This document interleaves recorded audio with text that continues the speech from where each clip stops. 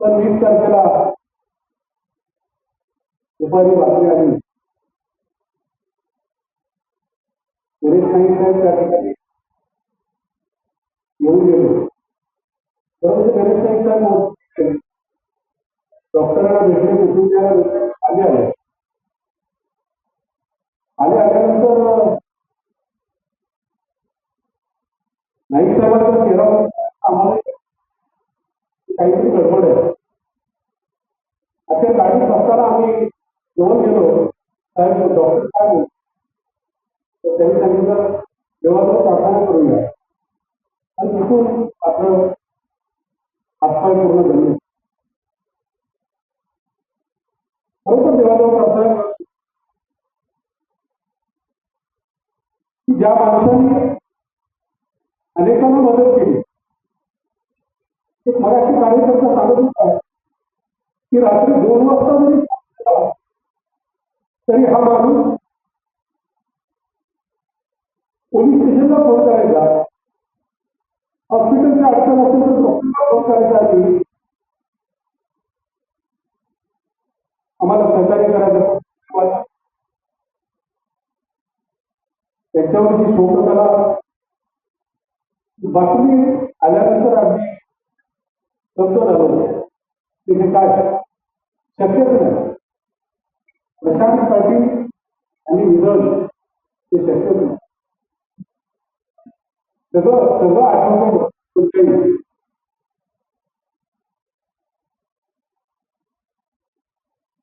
स्वर्गीय दिबा पाटील यांच्या नेतृत्वाखाली जे आंदोलन झाले, त्याच्या घरात बैठका झाल्या. त्या बैठकांमध्ये सगळेच नेते इथं उपस्थित आहेत. त्यामध्ये प्रशांत पाटील, पण बोलणं मात्र रोख मोठाचे आणि मोठाचे असं नसायचं. अगदी करायचे. प्रकल्प असताना स्थानिकांना न्याय मिळाला पाहिजे या हेतूने सातत्याने काम करायचे.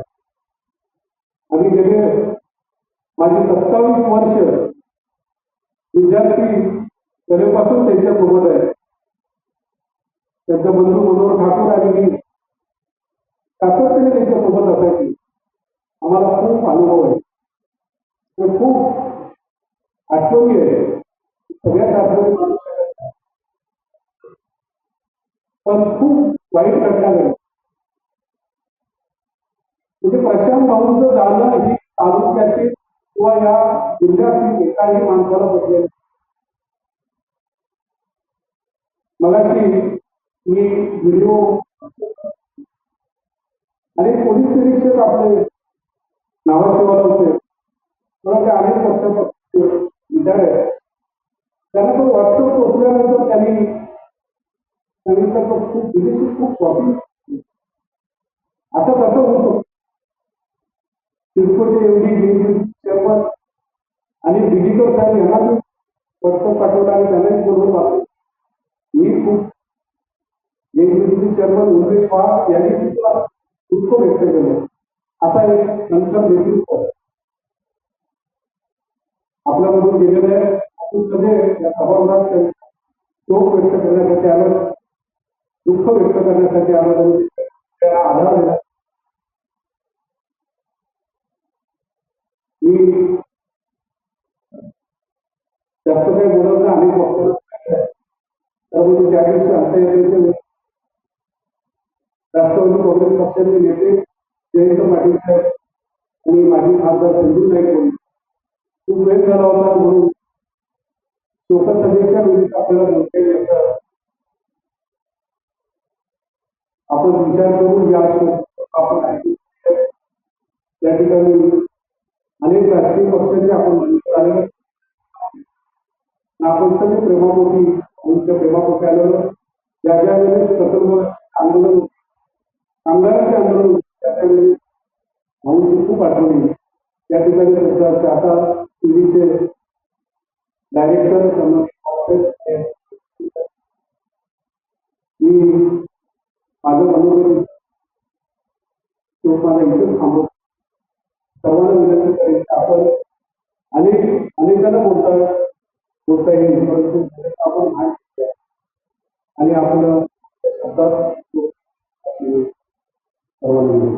राष्ट्रवादी काँग्रेस पार्टी शरदचंद्र पवार पक्षाचे महाराष्ट्र प्रदेश सरचिटणीस भेंडकळ उरणचे सुपुत्र, आक्रमक नेतृत्व म्हणून संपूर्ण महाराष्ट्रात सुपरिचित असलेले व राष्ट्रवादी काँग्रेस पार्टीचे नेते शरद पवार यांचे अत्यंत विश्वासू व निकटवर्तीय प्रशांत भाऊ पाटील यांचे 20 जून 2024 रोजी हृदयविकाराच्या झटक्याने निधन झाले होते.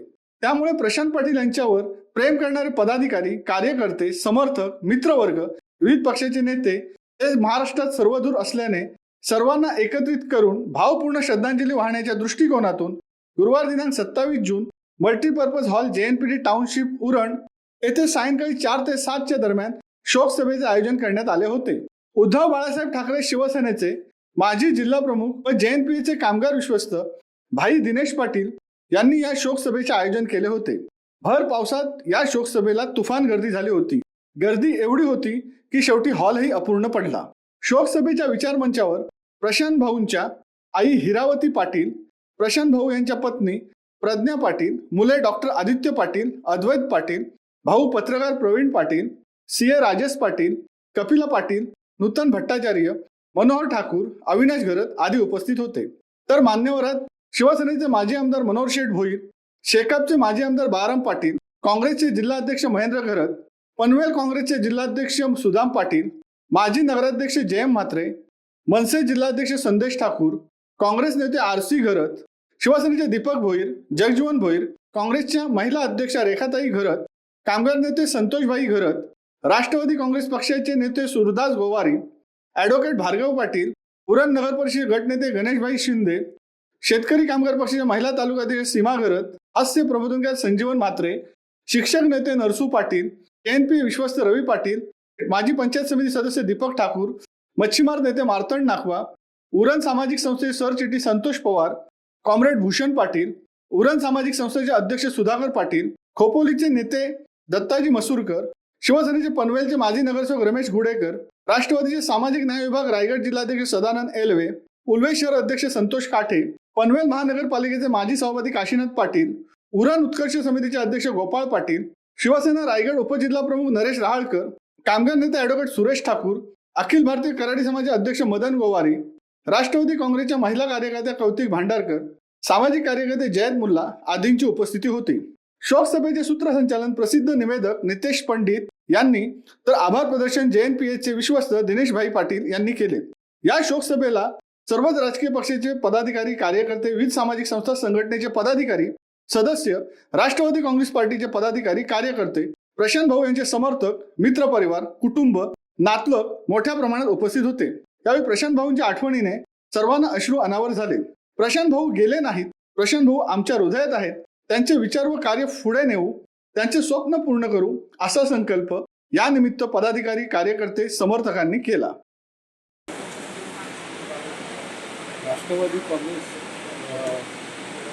शरदचंद्र पवार पक्षाचे महाराष्ट्र राज्याचे सरचिटणीस प्रशांत भाऊ पाटील यांचं 20 जून रोजी निधन झालं.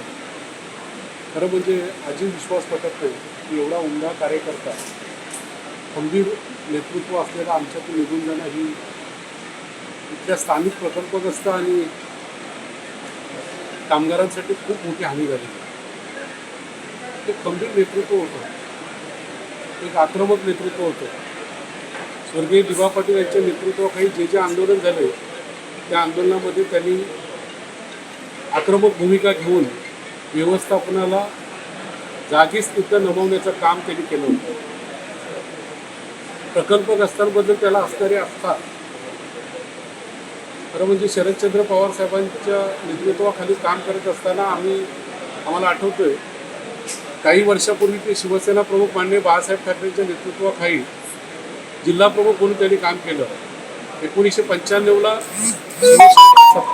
सरकार असताना महाराष्ट्र राज्याच्या त्यावेळच्या मंत्र्यांकडं उरणच्या समस्या, रायगडच्या समस्या मांडण्याचं काम, मोठं काम प्रशांत भाऊंनी केलं होतं. आणि आज प्रशांत भाऊंचं निधनामुळं खूप मोठी हानी निर्माण झालेली आहे. ती भरून निघणं खूप कठीण आहे.